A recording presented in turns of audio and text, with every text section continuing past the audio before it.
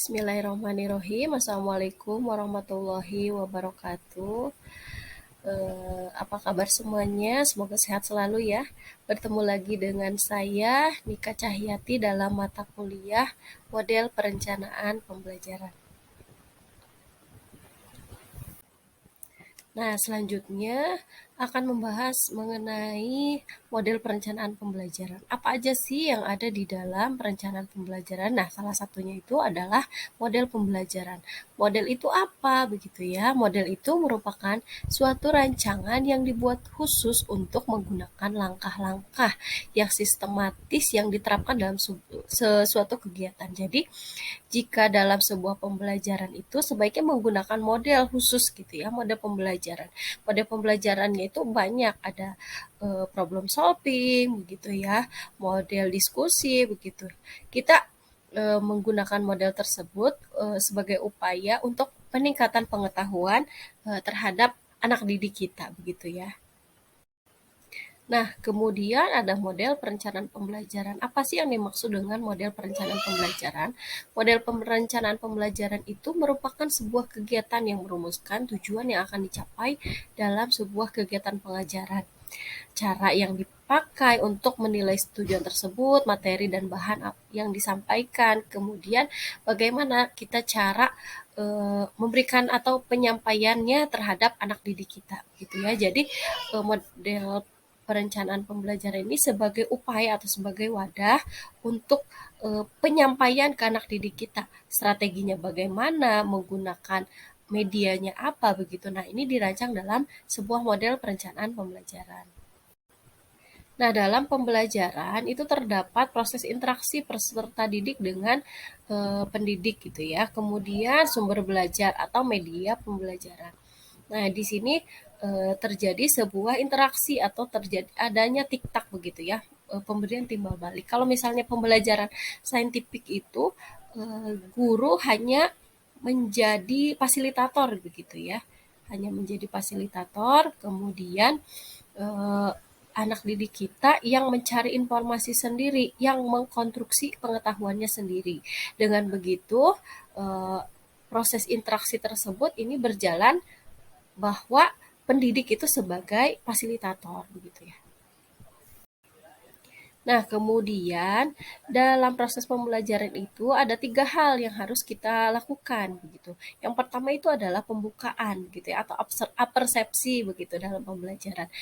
Pembukaan itu merupakan keterampilan membuka pembelajaran, eee, merupakan kegiatan pernyataan guru yang dilakukan pada pertama kali sehingga terlihat pembelajaran apa saja yang akan dilakukan pada saat itu gitu ya. Sehingga anak tuh dapat berpikir atau mengembangkan pengetahuannya dengan adanya pembukaan, dengan disediakan media-media yang akan dilakukan, media-media yang akan digunakan dalam sebuah pembelajaran sehingga anak itu bisa menganalisis apa saja sih yang akan kita lakukan dalam pembelajaran hari ini begitu ya. Nah, proses yang ketiga yaitu adalah kegiatan inti. Kegiatan inti merupakan suatu kegiatan pembelajaran yang bertujuan untuk membentuk pengalaman siswa atau learning experience. Jadi, siswa itu dalam kegiatan inti ini mencakup mencakup 3 tahap yaitu eksplorasi, elaborasi, dan konfirmasi. Jadi di sini anak itu mengembangkan pengetahuannya, kita sebagai guru memberikan pengetahuan kepada siswa, kemudian siswa itu mengelaborasi dan konfirmasi. Konfirmasi itu apa ya? Menyebutkan kembali atau memberikan atau mengarahkan atau eh, menyampaikan apa yang dia ketahui begitu ya terhadap pengetahuan yang sudah dia terima saat kegiatan pembelajaran. Nah, kegiatan yang terakhir yaitu kegiatan penutup. Kegiatan penutup itu kegiatan yang dilakukan untuk mengakhiri kegiatan belajar mengajar. Salah satu tujuannya adalah mengukur tingkat keberhasilan peserta didik maupun guru dalam kegiatan pembelajaran. Jadi kegiatan penutup ini bisa diakhiri dengan kuis atau ujian gitu ya, sehingga dapat mengukur keberhasilan pembelajaran. bukan hanya siswa yang diukur keberhasilannya begitu, tapi guru. Jadi kita bisa mengevaluasi diri nih, apa yang kurang dalam diri kita setelah pembelajaran berlangsung.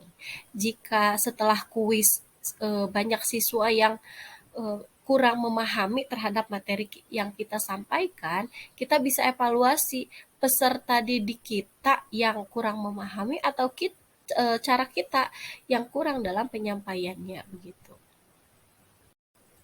Nah, di sini juga ada prinsip pembelajaran. Prinsip pembelajaran itu meliputi perhatian dan motivasi keaktifan, keterlibatan langsung, pengulangan, tantangan, perbedaan individu.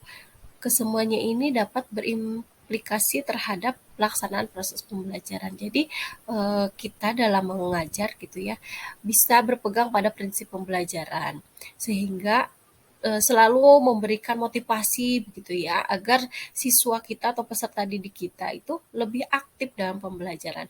Jika anak aktif atau jika peserta didik kita aktif, maka kegiatan pembelajaran itu akan terbuka pengetahuannya, akan mencakup ke semua aspek begitu ya. Kemudian adanya keterlibatan langsung si guru sebagai fasilitator begitu ya. Kemudian anak begitu atau peserta didik begitu ya. Praktek langsung begitu. Terlibat langsung terhadap media interaktif dalam komunikasi sehingga proses pembelajaran itu dapat meningkatkan pengetahuan gitu ya. Kemudian kemudian adanya pengulangan, kemudian adanya tantangan gitu ya. Nah, ini bisa meningkatkan semua proses pembelajaran yang akan mengacu pada peningkatan pengetahuan anak begitu ya, teman-teman semuanya.